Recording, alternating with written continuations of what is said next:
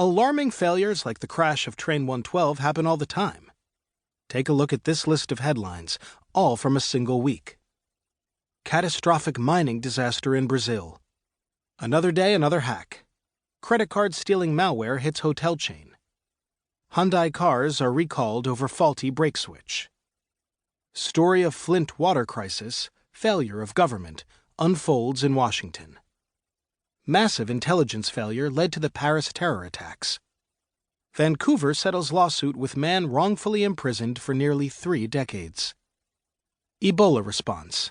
Scientists blast dangerously fragile global system. Inquest into murder of 7-year-old has become saga of the system's failure to protect her. Fires to clear land spark vast wildfires and cause ecological disaster in Indonesia. FDA investigates E. coli outbreak at Chipotle restaurants in Washington and Oregon. It might sound like an exceptionally bad week, but there was nothing special about it.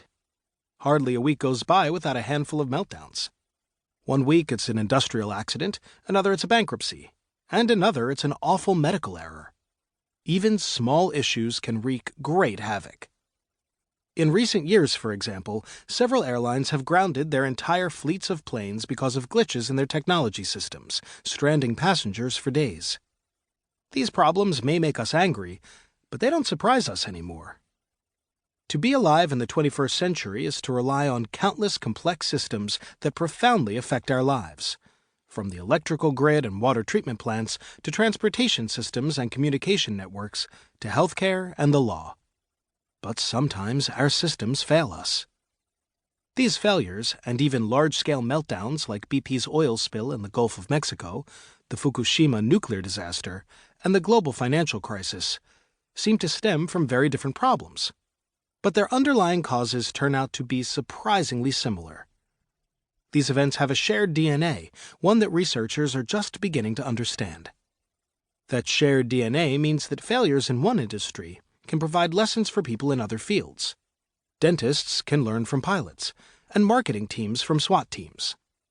Understanding the deep causes of failure in high-stakes, exotic domains, like deep-water drilling and high-altitude mountaineering, can teach us lessons about failure in our more ordinary systems, too. It turns out that everyday meltdowns, failed projects, bad hiring decisions, and even disastrous dinner parties have a lot in common with oil spills and mountaineering accidents. Fortunately, over the past few decades, researchers around the world have found solutions that can transform how we make decisions, build our teams, design our systems, and prevent the kinds of meltdowns that have become all too common. This book has 2 parts. The first explores why our systems fail. It reveals that the same reasons lie behind what appear to be very different events. A social media disaster at Starbucks, the 3 Mile Island nuclear accident, a meltdown on Wall Street, and a strange scandal in small-town post offices in the United Kingdom. Part 1 also explores the paradox of progress. As our systems have become more capable, they have also become more complex and less forgiving, creating an environment where small mistakes can turn into massive failures. Systems that were once innocuous can now accidentally kill people, bankrupt companies, and jail the innocent. And Part 1 shows that the changes that made our systems vulnerable to accidental failures also provide fertile ground for intentional wrongdoing, like hacking and fraud. The second part, the bulk of the book, looks at solutions that we can all use. It shows how people can learn from small errors to find out where bigger threats are brewing, how a receptionist saved a life by speaking up to her boss, and how a training program that pilots initially dismissed as charm school became one of the reasons flying is safer than ever. It examines why diversity helps us avoid big mistakes, and what Everest climbers and Boeing engineers can teach us about the power of simplicity. We'll learn how film crews and ER teams manage surprises, and how their approach could have saved the mismanaged Facebook IPO and Target's failed Canadian expansion. And we'll revisit the puzzle of the disappearing metro train and see how close engineers were to averting that tragedy.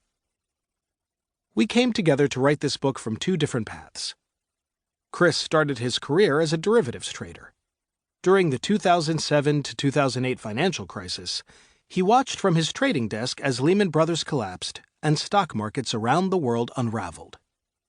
Around the same time, he began to train as a pilot and developed a very personal interest in avoiding catastrophic mistakes.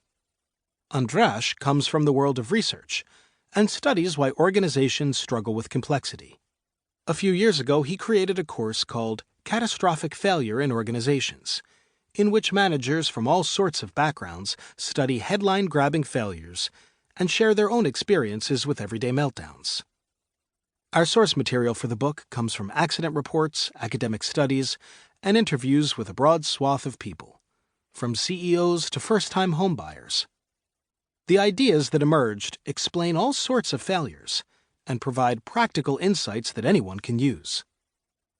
In the age of meltdowns, these insights will be essential to making good decisions at work and in our personal lives, running successful organizations, and tackling some of our greatest global challenges.